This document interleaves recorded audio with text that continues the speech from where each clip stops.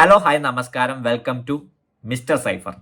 അപ്പോൾ ഇന്നത്തെ വീഡിയോ എന്താ വെച്ചാൽ നമ്മുടെ ഇന്റർനെറ്റിൽ ഏറ്റവും കൂടുതൽ സെൻസേഷൻ ആയിക്കൊണ്ടിരിക്കുന്ന ഇപ്പോൾ യൂട്യൂബ് എടുത്ത് നോക്കിയാലോ, ട്വിറ്റർ എടുത്ത് നോക്കിയാലോ, അല്ലെങ്കിൽ ഇൻസ്റ്റാഗ്രാം എടുത്ത് നോക്കിയാലോ, ഫേസ്ബുക്ക് എടുത്ത് നോക്കിയാലോ, എല്ലാ ഇതിലും റീൽസ് ആയിട്ടും വീഡിയോസ് ആയിട്ടും ടെക്സ്റ്റ് മെസ്സേജസ് ആയിട്ടും കാര്യങ്ങളൊക്കെ ആയിട്ട് നമുക്ക് കാണാൻ പറ്റുന്ന ഒരു ടോപ്പിക്കാണ് ചാറ്റ് GPT എന്ന് പറഞ്ഞിട്ടുള്ള ആർട്ടിഫിഷ്യൽ ഇൻ്റലിജൻസ് ബേസ്ഡ് ആയിട്ടുള്ള ചാറ്റ് ബോട്ട്.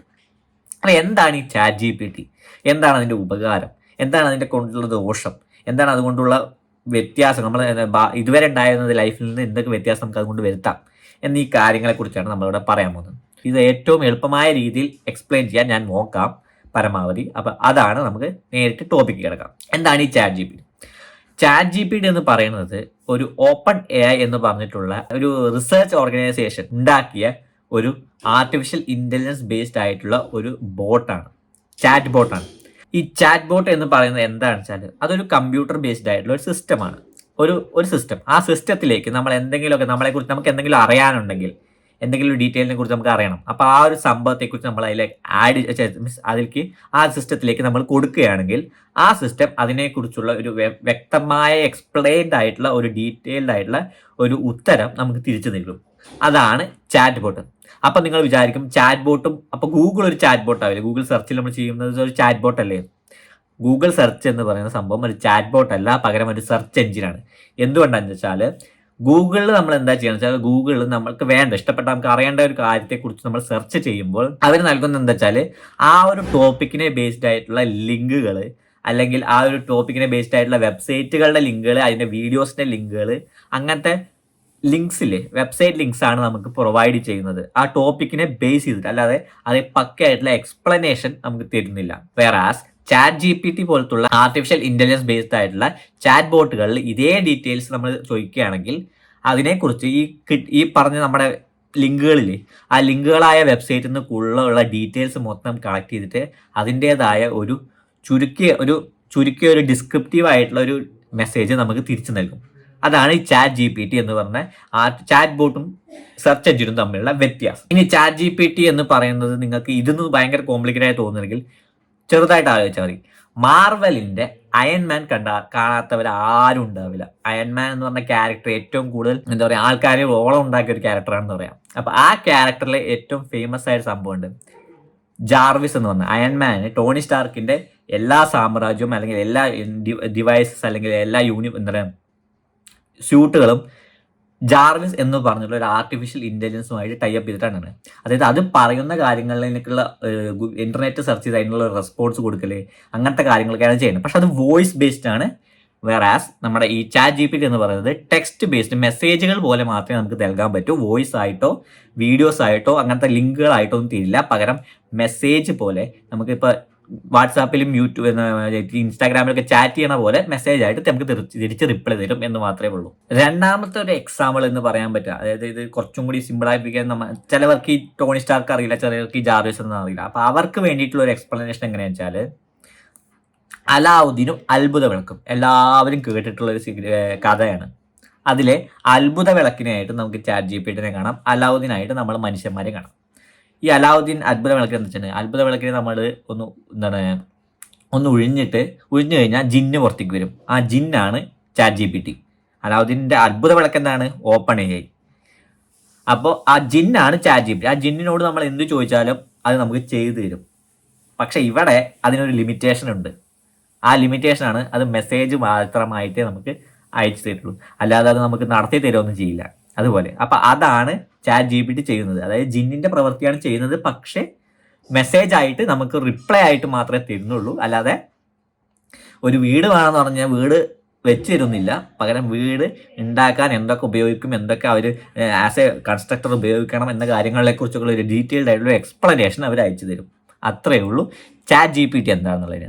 ഇനി ചാറ്റ് GPTയുടെ അപ്ലിക്കേഷൻസ്, അതല്ലെങ്കിൽ അതിൻ്റെ അഡ്വാൻറ്റേജസും ഡിസ്അഡ്വാൻറ്റേജസും, ഉപകാരങ്ങളും ഉപകാരമില്ലാത്ത കാര്യങ്ങളും എന്തൊക്കെയാണെന്ന് നമുക്ക് നോക്കാം. ചാറ്റ് ജി പി ടിയുടെ ഉപകാരം എന്താണെന്ന് ചോദിച്ചു കഴിഞ്ഞാൽ വളരെ സ്പീഡിൽ റെസ്പോൺസ് കിട്ടുന്ന ഒരു ചാറ്റ് ബോട്ടാണ് ചാറ്റ് ജി പി ടി. അപ്പൊ നമ്മൾ നമുക്ക് ഇൻഫർമേഷൻ എന്തിനെക്കുറിച്ച് ആവശ്യമുണ്ടോ അതിനെക്കുറിച്ച് നമ്മൾ ചോദിച്ചാൽ അതുവഴി ഒരു മെസ്സേജ് പോലെ രൂപത്തിൽ നമുക്ക് അതിനെക്കുറിച്ച് ഡീറ്റെയിൽഡ് ആയിട്ടുള്ള ഒരു എക്സ്പ്ലനേഷൻ അത് തിരിച്ചു തരും വിത്തിൻ സെക്കൻഡ്സ്. അതായത് ഫോർ എക്സാമ്പിൾ നമ്മളിപ്പോൾ ഗൂഗിളിനോടാണ് അത് ഗൂഗിൾ സെർച്ച് എഞ്ചിനിൽ പോയിട്ടാണ് നമ്മൾ സെർച്ച് ചെയ്യുന്നതെങ്കിൽ കുറേ വെബ്സൈറ്റ് വരും. അത് SEO ബേസ്ഡ് ഓപ്റ്റിമൈസ് ചെയ്തിട്ടുള്ള വെബ്സൈറ്റുകളൊക്കെ ആദ്യം വരും. ചിലപ്പോൾ അത് അഡ്വർടൈസ്മെന്റ് വഴി റൺ ചെയ്യുന്ന വെബ്സൈറ്റ് ഒക്കെ ആദ്യം വന്നിട്ടാണ് ലാസ്റ്റൊക്കെ വരിക. അപ്പോൾ ഈ വെബ്സൈറ്റ് ഓരോന്നായിട്ട് നമ്മൾ ചെക്ക് ചെയ്തിട്ട് അതിൽ നിന്ന് ഡീറ്റെയിൽസ് എടുത്തിട്ടാണ് നമുക്ക് ആവശ്യമുള്ള കാര്യങ്ങൾ മനസ്സിലാക്കുന്നത്. പക്ഷേ ചാറ്റ് ജി പി ടി എന്താ ചെയ്യുന്നത് വെച്ചാൽ ഈ ഇന്റർനെറ്റിൽ അവൈലബിൾ ആയിട്ടുള്ള എല്ലാ തരത്തിലുള്ള വെബ്സൈറ്റും എല്ലാ തരത്തിലുള്ള ഡാറ്റാസും എല്ലാ തരത്തിലുള്ള ടെക്സ്റ്റ് കാര്യങ്ങളും ഒക്കെ കേന്ദ്രീകരിച്ചിട്ട് ഒരു രൂപമാക്കി വെച്ചിട്ടുണ്ടാവും. അപ്പോൾ ആ രൂപത്തിൽ നിന്ന് സിമിലർ ആയിട്ടുള്ള ഡാറ്റാസ് കാര്യങ്ങൾ, സിമിലർ ആയിട്ടുള്ള വേർഡ്സ് കാര്യങ്ങൾ ഇത് തന്നെയാണ് ഇവിടെ ഈ വെബ്സൈറ്റിലൊക്കെ പറയുന്നത്. അപ്പോൾ ഇത് ഒരു പക്കയായിട്ടുള്ള സാധനമാണ്, അല്ലെങ്കിൽ ഇത് കറക്റ്റ് ആയിട്ടുള്ള ഒരു ചരിത്രമാണ് എന്ന് വിചാരിച്ചിട്ട് ആ ചരിത്രം എക്സ്പ്ലെയിൻസ് കേന്ദ്രീകരിച്ചൊരു രൂപമാക്കി ഒരു ഡിസ്ക്രിപ്റ്റീവ് ആയിട്ടുള്ള ഒരു മെസ്സേജ് ആക്കിയിട്ട് നമുക്ക് അതിന്റെ റെസ്പോൺസ് ആയിട്ട് തിരിച്ചു തരും. ഇതൊക്കെ നടക്കുന്നത് വെറും ഒരു മിനിറ്റിനുള്ളിലാണ്. ഒരു 30 സെക്കൻഡ് 40 സെക്കൻഡിനുള്ളിലാണ് ഈ കേന്ദ്രീകരിക്കലും ആ ഒരു സെർച്ച് ചെയ്യലും കേന്ദ്രീകരിക്കലും ഒരു ഡിസ്ക്രിപ്ഷൻ ആക്കണം ഒക്കെ ചെയ്യുന്നത് ഇത്രയും സെക്കൻഡിനുള്ളിലാണ്. എന്നിട്ടാണ് നമുക്ക് ആ റെസ്പോൺസ് കിട്ടുന്നത്. അപ്പോൾ അത് ഗൂഗിളിനെ അപേക്ഷിച്ച് നോക്കുമ്പോൾ എന്തുകൊണ്ടും നല്ലൊരു അഡ്വാൻറ്റേജ് ആണ് ചാറ്റ് ജി പി ടി എന്ന് പറഞ്ഞിട്ടുള്ള ഈ ഒരു ബോട്ടിന് ഉപകാരം. ഇതിൽ ആർക്കും ഇപ്പം അക്കൗണ്ട് ഉണ്ടാക്കാൻ പറ്റും. അക്കൗണ്ട് ഉണ്ടാക്കിയിട്ട് നമുക്ക് സാധാരണ പോലെ ചാറ്റ് ചെയ്ത് തുടങ്ങാം. അതിന് കുറേ ലിമിറ്റേഷൻസ് ഉണ്ട്. സെക്ഷൽ ബേസ്ഡോ ന്യൂഡിറ്റി ബേസ്ഡോ അല്ലെങ്കിൽ എന്തെങ്കിലും വെബ്സൈറ്റുകളുടെ ബേസ് ചെയ്തിട്ടോ ഒന്നും ചോദിക്കാൻ പറ്റില്ല. അതിനൊരു ലിമിറ്റേഷൻ ഉണ്ട്. എവിൽ ബേസ്ഡ്, അത് ക്രൈം ബേസ്ഡ് കാര്യങ്ങൾക്കോ ഒന്നിലൊന്നും ചോദിക്കാൻ പാടില്ല. അതിന് ലിമിറ്റേഷൻ വെക്കും. ആ ഒരു ലിമിറ്റേഷൻ അല്ലാതെ ബാക്കി എല്ലാ കാര്യങ്ങൾക്കും ഇതിന് ഉപയോഗിക്കാം. പിന്നെ ഇമേജസ് വീഡിയോസ് കാര്യങ്ങളൊന്നും തരില്ല, അല്ലെങ്കിൽ എക്സ്റ്റേണൽ ലിങ്ക്സും തരില്ല. അതാണ് ഒന്നാമത്തെ അതിൻ്റെ അഡ്വാൻറ്റേജ്. രണ്ടാമത്തെ അതിൻ്റെ അഡ്വാൻറ്റേജ് എന്താ വെച്ചാൽ പലതരത്തിലുള്ള ആപ്ലിക്കേഷൻ ഈ സംഭവം ഉപയോഗിക്കാം. ബിസിനസ്സുകാർക്ക് അഡ്വർടൈസ്മെന്റ് റൺ ചെയ്യാനുള്ള ഒരു ആഡ് ഉണ്ടാക്കാനുള്ള ടെക്സ്റ്റ് കാര്യങ്ങൾ, കണ്ടന്റ്സ് കാര്യങ്ങളൊക്കെ ഇതിൽ നിന്ന് മേക്ക് ചെയ്യാൻ പറ്റും. പിന്നെ സ്റ്റുഡൻസിന് യൂണിവേഴ്സിറ്റികളിൽ സബ്മിറ്റ് ചെയ്യാനുള്ള എസ്സേസിന് വേണ്ടിയിട്ടുള്ള ഒരു ലഘുവായുള്ള രൂപം, അതേപോലെ തന്നെ റിസർച്ച് പേപ്പറിന് ആവശ്യമായുള്ള ഡീറ്റെയിൽസ്, അതേപോലെ തന്നെ യൂട്യൂബേഴ്സിന് വീഡിയോയ്ക്ക് ആവശ്യമായുള്ള ഡീറ്റെയിൽസ്, ഇത് എങ്ങനെ പ്രൊമോട്ട് ചെയ്യാം എന്നുള്ള കാര്യങ്ങളൊക്കെ തന്നെ അത് ചോദിച്ചു കഴിഞ്ഞാൽ അതിനനുസരിച്ചുള്ള റെസ്പോൺസ് നമുക്ക് കിട്ടുമ്പോൾ ഡെവലപ്പേഴ്സ്, അതായത് ഒരു വെബ്സൈറ്റ് കാര്യങ്ങൾ അല്ലെങ്കിൽ എന്തെങ്കിലും ഒരു സോഫ്റ്റ്വെയർ ഉണ്ടാക്കുന്ന ആൾക്കാർക്ക് എന്തെങ്കിലും ഡൗട്ട് ഉണ്ടെങ്കിൽ ഈ സാധനം എന്തുകൊണ്ട് ഈ കോഡ് അടിച്ചു കൊടുക്കുമ്പോൾ ഇത് വർക്ക് ചെയ്യുന്നില്ല, അപ്പോൾ ഈ വർക്ക് ചെയ്യാത്തത് എന്തുകൊണ്ടാണ് എന്ന് സെർച്ച് ചെയ്ത് കൊടുത്തു കഴിഞ്ഞാൽ അതിന് എന്തൊക്കെ ചെയ്യണം എന്നുള്ള ഡീറ്റെയിൽഡ് ആയ എക്സ്പ്ലനേഷൻ കാര്യങ്ങളൊക്കെ തരും. ഇതൊക്കെ ഇതിനെക്കുറിച്ചുള്ള കൊണ്ടുള്ള രണ്ടാമത്തെ ഉപകാരം.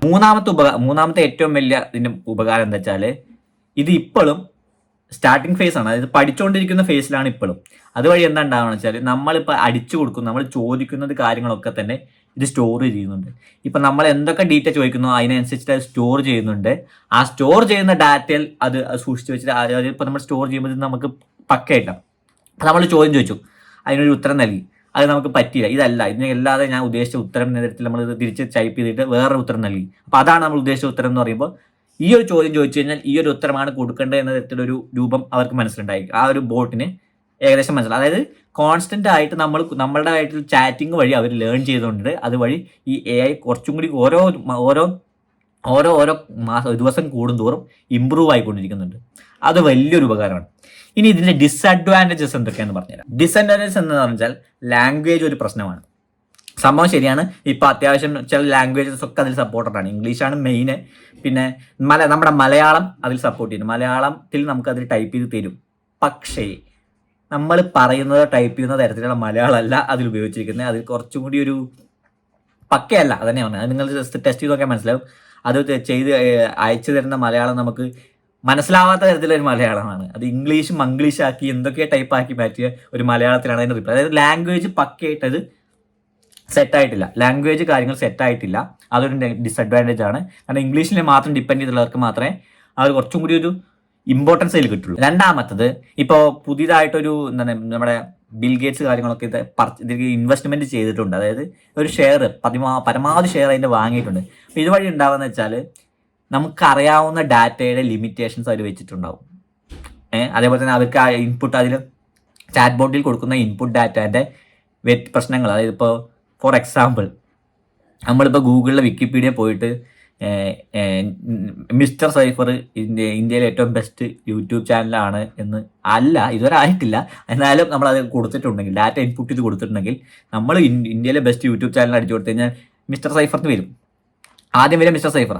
അതാണ് ഈ ഒരു ചാറ്റ് ബോട്ടിനെ പറയുന്നത്. അതായത് അവർ ഇൻപുട്ട് ചെയ്യുന്ന ഡാറ്റയ്ക്ക് പ്രകാരമാണ് നമുക്കുള്ള റെസ്പോൺസ് വരുന്നത്. അപ്പോൾ ഈ ഇൻപുട്ട് ചെയ്യുന്ന ഡാറ്റയിൽ അവർക്ക് അവരുടേതായ ഇത് ഓർഗനൈസ് ചെയ്യുന്ന ആൾക്കാർക്ക് എന്ത് തരത്തിലുള്ള വ്യത്യാസങ്ങളും വരുത്താം, എന്ത് തരത്തിലുള്ള കള്ളത്തരങ്ങളും ചെയ്യാം. അതുവഴി ചാറ്റ് ബോട്ടിൽ നിന്ന് കിട്ടുന്ന റിപ്ലൈയിലേക്കും നമ്മുടെ ആവശ്യമല്ലാത്ത തരത്തിലുള്ള റെസ്പോൺസുകൾ കിട്ടാൻ സാധ്യതയുണ്ട് എന്ന തരത്തിലുള്ള രണ്ടാമത്തെ ഒരു നെഗറ്റിവിറ്റി ഇതിനുണ്ട്. മൂന്നാമത്തെ, ഇന്റർനെറ്റ് ഇല്ലെങ്കിൽ ഈ ഒരു പരിപാടി ഒന്നും നടക്കില്ല എന്നതാണ്. ഓഫ്ലൈൻ ആയിട്ട് ഈ ഒരു കാര്യങ്ങളൊന്നും നടക്കില്ല. ഇന്റർനെറ്റ് അത്യാവശ്യം മതി സ്പീഡുള്ള ഒരു ഇന്റർനെറ്റ് സൗകര്യം ഉണ്ടെങ്കിൽ മാത്രമേ ഈ ചാറ്റ് GPT എന്നുള്ള സൗകര്യം നമുക്ക് ഉപയോഗിക്കാൻ പറ്റൂ എന്നുള്ളത് കാര്യമാണ്. നാലാമത്തെ, ഹൈ ആയിട്ടുള്ള ഓഡിയൻസ്, അതായത് ഏറ്റവും കൂടുതൽ ഇപ്പോൾ 5 ദിവസം കൊണ്ട് ഏറ്റവും കൂടുതൽ യൂസേഴ്സ്, എത്ര കോടിക്കണക്കിന് ബില്യൺസ് ഓഫ് യൂസേഴ്സ് ഇതിനെ ഡിപ്പെൻഡ് ആയിരിക്കുകയാണ്. അപ്പോൾ നമ്മളിപ്പോൾ ഈ ചാറ്റ് GPT ചെന്ന് കഴിഞ്ഞാൽ ചിലപ്പോൾ ചില ദിവസങ്ങളിൽ കാണാം ഹൈ ട്രാഫിക് ഉണ്ട്, അതുകൊണ്ട് നിങ്ങൾക്ക് ഇപ്പോൾ സഹായിക്കാൻ പറ്റില്ല എന്ന തരത്തിൽ മെസ്സേജ് കാണാം. ഓരോ സെക്കൻഡിലും ഇത്രയും കോടിക്കണക്കിന് ആൾക്കാർ ഇത് ഉപയോഗിക്കുന്നതുകൊണ്ട് ഒരേ സമയത്ത് ഇതിൻ്റെ റെസ്പോൺസിൻ്റെ സ്പീഡ് കുറയുന്നുണ്ട്. അതേപോലെ തന്നെ ചിലവർക്ക് അത് ഡെലിവർ ചെയ്യാൻ പറ്റുന്നില്ല എന്നൊരു നെഗറ്റിവിറ്റി ഉണ്ട്. അതിന് പരിഹാരമായിട്ട് പുതിയ പരിപാടി കൊണ്ടുവരുന്നുണ്ട്. 2 പ്ലാൻ ആക്കി, ഒന്ന് ഫ്രീ പ്ലാനും ഒന്ന് പെയ്ഡ് പ്ലാനും ആയിട്ട് മാറിയിട്ട്. ഫ്രീ പ്ലാൻ ഉള്ളവർക്ക് സാധാരണ പോലെ ഈ പ്രശ്നങ്ങളൊക്കെ വരും. പെയ്ഡ് പ്ലാൻ ഉള്ളവർക്ക് എന്ത് ചെയ്യും, ഹൈ സ്പീഡ് കിട്ടും, പക്ഷെ $42-43 കൊടുക്കണം അതിന്റെ സബ്സ്ക്രിപ്ഷൻ പ്ലാൻ ആയിട്ട്. അതൊരു നെഗറ്റിവിറ്റി ആയിട്ട് തോന്നുന്നുണ്ട്. ഏറ്റവും ഫൈനൽ നെഗറ്റിവിറ്റി എന്താ വെച്ചാൽ, നമ്മൾ ഇമോഷണൽ ആയിട്ടുള്ള ബേസിലുള്ള ചോദ്യങ്ങൾക്കൊന്നും തന്നെ ഇതിന് ഉത്തരം നൽകാൻ കഴിയില്ല. കാരണം ഇതൊരു ഇമോഷണൽ ഇന്റലിജൻസ് കൊടുക്കാത്തൊരു ബോട്ടാണ്. അപ്പൊ അതുകൊണ്ട് തന്നെ നമുക്ക് നമ്മുടെ സങ്കടം ബേസ്ഡ്, ഓരോ നമ്മുടെ മനുഷ്യന്റെ ഇമോഷൻസിനെ ബേസ് ചെയ്തിട്ടുള്ള ചോദ്യങ്ങൾക്ക് ഇതിന് ഉത്തരം നൽകാൻ കഴിയില്ല. അതാണ് ഇതിന്റെ ഏറ്റവും വലിയ അടുത്തൊരു നെഗറ്റിവിറ്റി. അപ്പൊ ഇതൊക്കെയാണ് ഇതിന്റെ അഡ്വാൻറ്റേജസും ഡിസ്അഡ്വാൻറ്റേജസും. ഇനി നമ്മൾ ഇതിന്റെ യൂസസ് കാര്യങ്ങൾ എന്തൊക്കെയാണെന്ന് പറയാം. ഇപ്പൊ ആൾക്കാർ എന്തിനൊക്കെ അത് ഉപയോഗിക്കുന്നുണ്ട്, എന്തൊക്കെയൊക്കെ നിങ്ങൾക്ക് ഉപയോഗിക്കാൻ പറ്റും എന്ന് പറഞ്ഞിട്ട് നമുക്ക് ഈ വീഡിയോ വൈൻഡപ്പ് ചെയ്യാം. ഇതിനെക്കുറിച്ചുള്ള എങ്ങനെ ഉപയോഗിക്കാൻ പറ്റും എന്നുള്ള കാര്യങ്ങളും എവിടെ പോണ കാര്യങ്ങളൊക്കെ തന്നെ നമുക്ക് അടുത്ത വേറൊരു വീഡിയോ വേണമെങ്കിൽ ചെയ്യാവുന്നതാണ്. ഇത് ഉപയോഗിക്കാൻ വേണ്ടി നിങ്ങൾ ചെയ്യേണ്ടത് എങ്ങനെയാ വെച്ചാൽ, നമ്മൾ ഗൂഗിളിൽ പോയിട്ട് ചാറ്റ് GPT എന്ന് പറഞ്ഞ് സെർച്ച് ചെയ്യുക. അപ്പൊ ആദ്യം വരുന്നത് ഓപ്ഷൻ എന്താ വെച്ചാൽ, ഓപ്പൺ എയുടെ ഒരു വെബ്സൈറ്റ് ലിങ്ക് കാണാം. ചാറ്റ് GPT എന്ന് പറഞ്ഞിട്ട് ഓപ്പൺ എയുടെ ഒരു വെബ്സൈറ്റ് ലിങ്ക് കാണാം. അത് ക്ലിക്ക് ചെയ്യുക. അപ്പൊ നമുക്ക് ഓപ്പൺ എയുടെ ഒരു വെബ്സൈറ്റിലേക്ക് പോകും. ആ വെബ്സൈറ്റിൽ താഴത്തേക്ക് നോക്കിക്കഴിഞ്ഞാൽ, തുടക്കത്തിൽ തന്നെ താഴത്തേക്ക് നോക്കിക്കഴിഞ്ഞാൽ ട്രൈ GPT എന്ന് പറഞ്ഞിട്ട് ഒരു ഓപ്ഷൻ ഉണ്ടാവും. അത് ക്ലിക്ക് ചെയ്യുക. അപ്പൊ അവിടെ 2 ഓപ്ഷൻസ് കാണും. ലോഗിൻ എന്ന് പറഞ്ഞുള്ള ഓപ്ഷനും സൈൻ അപ്പ് എന്ന് പറഞ്ഞ ഓപ്ഷനും. നിങ്ങൾ സൈൻ അപ്പ് ആൾറെഡി അക്കൗണ്ട് ഉള്ളവർ ചെയ്തിട്ടുള്ള ഇതിലേക്ക് ഈ വീഡിയോയിലേക്ക് വരില്ല, എന്നാലും ആൾറെഡി അക്കൗണ്ട് ഇല്ലാത്തവർ വെച്ചാൽ സൈൻ അപ്പ് എന്ന് പറഞ്ഞുള്ള ഓപ്ഷൻ ക്ലിക്ക് ചെയ്യുക. അവിടെ നിങ്ങൾക്ക് 2 ഓപ്ഷൻ ഉണ്ട്. ഗൂഗിൾ വഴി ഒരു അക്കൗണ്ട് ഉണ്ടാക്കാം, അല്ലെങ്കിൽ മൈക്രോസോഫ്റ്റ് വഴി ഒരു അക്കൗണ്ട് ഉണ്ടാക്കാം, അല്ലെങ്കിൽ നിങ്ങൾക്കായിട്ട് സ്വന്തമായിട്ട് ഇമെയിൽ അഡ്രസ് ഉണ്ട്, അത് അടിച്ചു കൊടുത്തിട്ട് അക്കൗണ്ട് ഉണ്ടാക്കാം.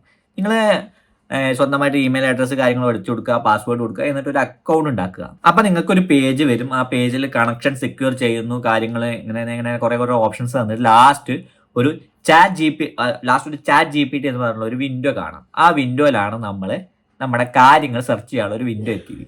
അവിടെയാണ് നിങ്ങൾക്ക് ആവശ്യമുള്ള കാര്യങ്ങൾ സെർച്ച് ചെയ്യാനും കാര്യങ്ങളൊക്കെ.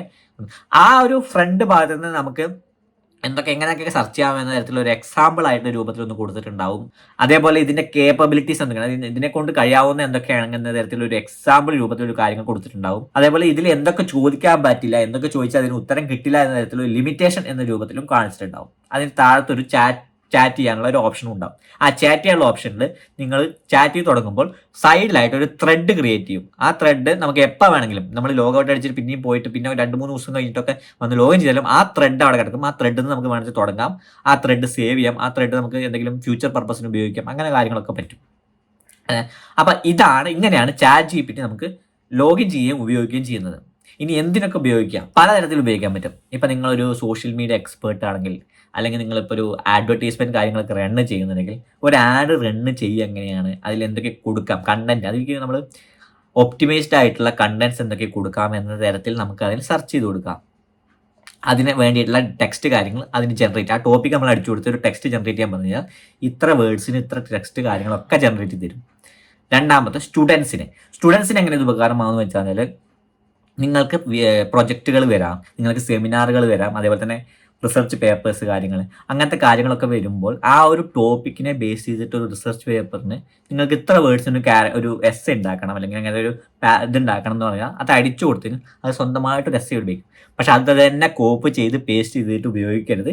അതിൽ വേണ്ടതായ ഭാഗങ്ങളൊക്കെ എടുത്ത് നിങ്ങളുടേതായ രീതിയിൽ അത് മാറ്റിയെടുത്ത് ചെയ്യാൻ ഞാൻ പറയുന്നത്. കാരണം കോപ്പി അടിച്ച് പേസ്റ്റ് ചെയ്ത് കഴിഞ്ഞാൽ അതിൻ്റെതായ ഭവിഷ്യത്തുകൾ ചിലപ്പോൾ അനുഭവിക്കും. ഇപ്പോൾ പുറത്തുള്ള രാജ്യങ്ങൾ അത് അനുഭവിക്കുന്നുണ്ട്. അതുകൊണ്ടാണ് പറയുന്നത് പ്ലേഗറിസം എന്നൊരു സംഭവമുണ്ട്. അതായത് ഇത് കോപ്പി പേസ്റ്റ് ആണോ എന്ന് കണ്ടുപിടിക്കാനുള്ള സോഫ്റ്റ്വെയർസ് ഇപ്പോൾ പുറത്തുള്ള യൂണിവേഴ്സിറ്റികളിലുണ്ട്. അത് നമ്മുടെ യൂണിവേഴ്സിറ്റിയിൽ വന്നിട്ടില്ല, എന്നാലും അധികം വൈകാതെ വരും ഇങ്ങനത്തെ ടൂൾസ് വരുന്നതുകൊണ്ട്. അപ്പോൾ പരമാവധി കോപ്പി പേസ്റ്റ് ചെയ്യാതെ മാറ്റി ആ ഒരു കണ്ടൻസ് എടുത്തിട്ട് ആ കണ്ടൻസിൽ ചില ഭാഗങ്ങളൊക്കെ എടുത്തിട്ട് നമുക്ക് ആവശ്യമായ കാര്യങ്ങൾ ഇൻക്ലൂഡ് ചെയ്തിട്ട് ഉപയോഗിക്കാം.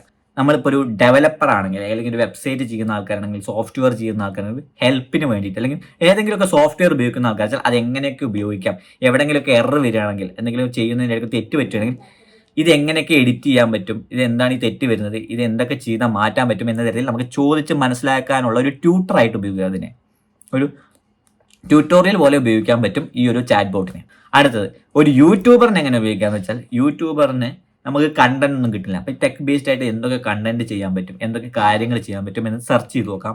അതിനെ ബേസ് ചെയ്ത് ഒരു സ്ക്രിപ്റ്റ് ഉണ്ടാക്കാൻ പറ്റും. അതിൽ എന്തൊക്കെ നമുക്ക് കുറച്ച് തമാശ കലക്കണം, അല്ലെങ്കിൽ കുറച്ച് എന്താ പറയുക ടോപ്പിക്കുകൾ ഒഴിവാക്കണം. അങ്ങനെയൊക്കെ ചെയ്യുമ്പോൾ തന്നെ അവരത് ഒഴിവാക്കും, അതിനനുസരിച്ച് തമാശ ചേർക്കും. അങ്ങനത്തെ കാര്യങ്ങളൊക്കെ ആഡ് ചെയ്തിട്ട് ഒരു സ്ക്രിപ്റ്റ് ഉണ്ടാക്കാൻ യൂട്യൂബേഴ്സിന് പറ്റും. തംബ്നെയിൽസ് എങ്ങനെയൊക്കെ ഉണ്ടാക്കണം എന്നുള്ള സജഷൻസ് തരാൻ പറ്റും. നാലാമത്തത് ഒരു ബിസിനസ്സുകാർക്ക് എങ്ങനെ ചെയ്യാം, വേറൊരു കമ്പനി തുടങ്ങുന്ന ആൾക്കാർക്കോ അല്ലെങ്കിൽ ഒരു പുതിയതായിട്ട് സ്റ്റാർട്ടപ്പ് കാര്യങ്ങൾ തുടങ്ങുന്നവർക്ക് എങ്ങനെ ഉപയോഗിക്കുക വെച്ചാൽ, നിങ്ങൾക്ക് ഒരു പേര് സെർച്ച് ചെയ്യും, കമ്പനിക്ക് ഒരു പേര് സെർച്ച് ചെയ്യണം. അപ്പം നെയിം സെർച്ച് ചെയ്യാൻ ഇതിനെ ഉപയോഗിക്കാം. അതായത് സ്വന്തമായിട്ട് നമുക്ക് ഇങ്ങനെയാണ് കമ്പനി, ഇതൊക്കെയാണ് നമ്മൾ ഉദ്ദേശിക്കുന്നത്, അപ്പോൾ ഇതിന് പറ്റിയ ഒരു ഷോർട്ട് നെയിംസ് സജസ്റ്റ് ചെയ്യാൻ പറഞ്ഞാൽ ഒരു ലിസ്റ്റ് കണക്കിന് ഒരു പേരുകൾ സജസ്റ്റ് ചെയ്ത് തരും. പിന്നെ അതിൻ്റെ ബേസിൽ ഒരു ഡിസ്ക്രിപ്ഷൻ കാര്യങ്ങൾ, ഒരു കമ്പനിയുടെ എബൌട്ടസ് കാര്യങ്ങൾ, ബ്രോഷറിന് ആവശ്യമായ ഡീറ്റെയിൽസ് കാര്യങ്ങളൊക്കെ സെലക്ട് ചെയ്യാൻ പറഞ്ഞാൽ അതിനും ഈ ചാറ്റ് ബോട്ടിനെ കൊണ്ട് ഉപയോഗമുണ്ട്. അപ്പോൾ ഇതൊക്കെയാണ് ഇതിനെക്കുറിച്ചുള്ള ഉപകാരങ്ങൾ. ഇങ്ങനത്തെ കൂടുതൽ വീഡിയോസിനായി നിങ്ങൾ ചെയ്യണം എന്താ വെച്ചാൽ അറിയാമോ, ഈ ചാനൽ സബ്സ്ക്രൈബ് ചെയ്യുക, ഈ വീഡിയോ ലൈക്ക് ചെയ്യുക, പരമാവധി നിങ്ങൾക്ക് അറിയാവുന്ന ആൾക്കാർക്ക് ഇത് ഉപകാരപ്പെടുന്നവർക്ക് ഈ വീഡിയോ ഷെയർ ചെയ്യുക. അപ്പോൾ കൂടുതൽ ടെക് വീഡിയോസുമായി നിങ്ങളുടെ അടുത്തേക്ക് വരുന്നത് വരെ ഗുഡ് ബൈ.